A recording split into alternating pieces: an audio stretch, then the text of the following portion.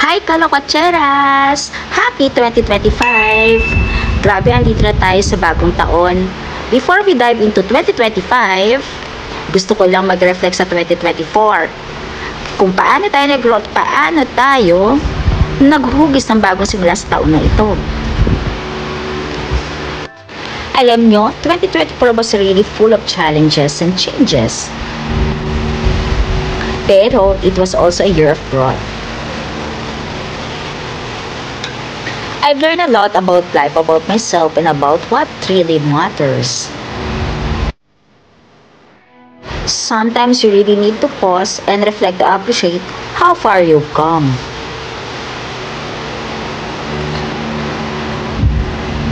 Hindi laging madali, pero bawat step is worth it. Now, here we are, 2025. Bagong taon, bagong simula, and a fresh chance to do things better. Hindi ibig sabihin mag-start from scratch, pero this year feels like a reset. A chance to set new goals and have a clearer vision for the future. For me, 2025 is all about taking risk, learning new things, and focusing on what really matters, like mental health and self-love. And this journey isn't just mine, it's ours. We all went through something in 2024. And now, we had the chance to build something better together. We can create a 2025 that's more kind, more connected, and more sustainable.